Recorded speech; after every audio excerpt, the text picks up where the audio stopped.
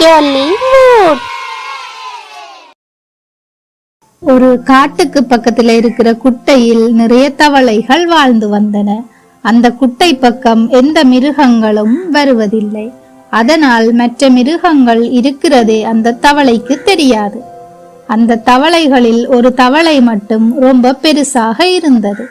அந்த தவளை எப்பவும் தன்னை ரொம்ப பலசாலி என்று காண்பித்துக் கொள்ள விரும்பும். பக்கத்துல ஏதாவது தட்டான் பூச்சி வந்தால் கூட தன்னுடைய வாயை பலூன் மாதிரி ஊதி டப்புன்னு சத்தம் கொடுத்து பூச்சிகளை விரட்டும். ஒரு நாள் அந்த குட்டை பக்கம் ஒரு எருது வந்தது. உடனே அங்க இருந்த தட்டான் பூச்சிகள் எல்லாம் அந்த தவளையிடம் வந்து சொன்னது, இங்க பாத்தியா, உன்னை விட மிகப்பெரிய மிருகம் ஒன்று வந்திருக்கு.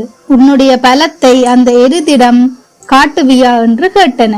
உடனே கோபமான தவளை அந்த எருதுக்கு முன் போய் நின்றது. அந்த எருதுக்கு இந்த சின்ன தவளை ஒரு பொருட்டாகவே தெரியவில்லை. அது பாட்டுக்கு பக்கத்தில் இருக்கிற புல்ல மேய்ந்து கொண்டிருந்தது. இதை பார்த்த தவளை எப்பையும் போல வாய பலூன் மாதிரி ஊதி சத்தம் கொடுத்தது. அந்த சத்தமும் எருதினை ஒன்றும் செய்யவில்லை என்று தெரிந்ததும் வாயை நல்லா குவிச்சு ஊதிக்கொண்டே இருந்தது.